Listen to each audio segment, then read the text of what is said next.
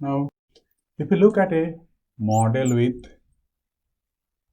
a time delay of this form, so it may appear in the transfer function of the closed loop system, or we're analyzing any complicated transfer function, it may appear in the denominator term, and then it becomes complicated to analyze the overall transfer function. So we need to express this e to the power negative theta s in the form of what is called this rational polynomial form.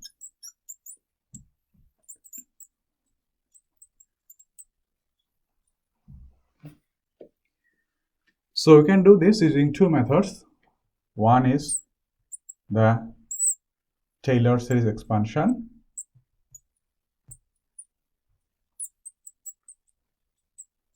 and another is what is called this Pade approximation.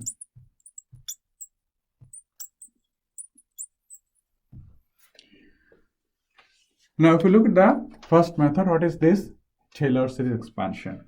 So you know that for Taylor series expansion, this function of x is approximated as function of x naught, which is the point around which the function is approximated, plus we have delta f over delta x evaluated at x naught, x minus x naught, plus delta second order derivative evaluated at x naught and x minus x naught square over 2 plus so on. Now, if you want to approximate this term, now we'll do the approximation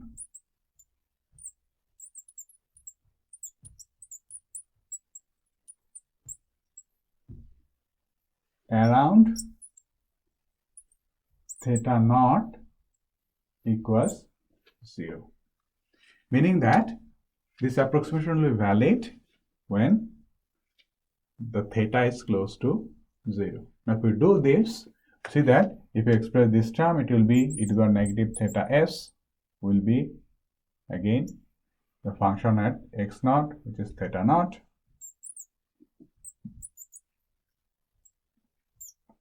plus delta f over delta x. Do remember that x is at theta, so delta f over delta x here is delta e to the power negative theta s over delta theta.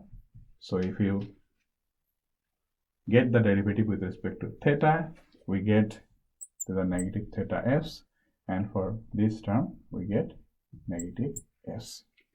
Okay, so negative s e to the power theta s. So we get this here minus s e to the minus theta naught s evaluated at theta naught times theta minus theta naught. If you take the double derivative here, we get another negative s term.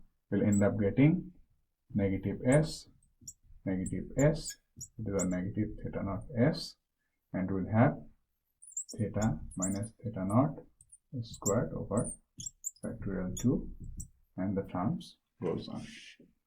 Now, for theta naught equals 0, we get here e to the power negative theta s. This becomes 1. So this becomes again 1, and theta naught equals 0. So negative s times theta. So we have theta s, and this becomes s squared. This becomes 1, and theta squared over 2 plus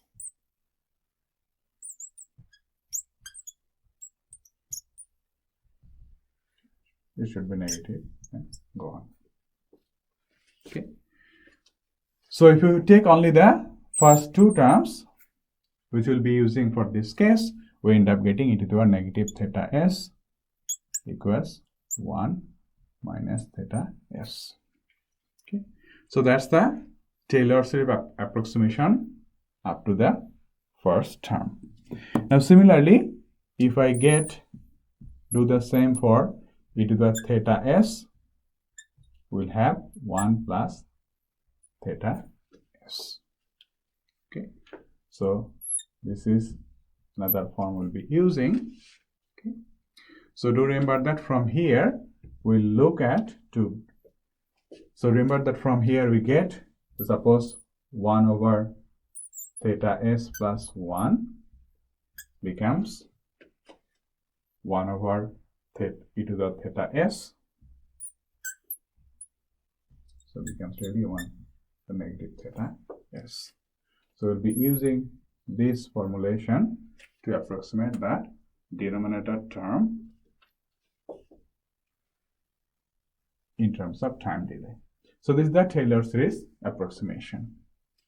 For the Pade approximation, there are 2 approximations that we'll be using. One is called this 1-1 Pade approximation.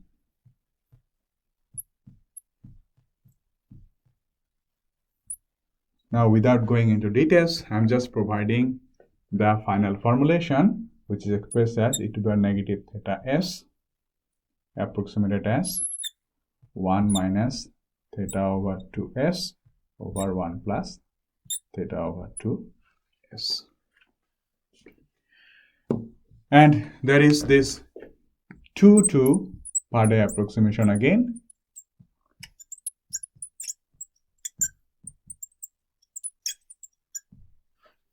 which is simply given as e to the power negative theta s becomes, do remember that 1 minus theta over 2s remains there and 1 plus theta over 2s remains there.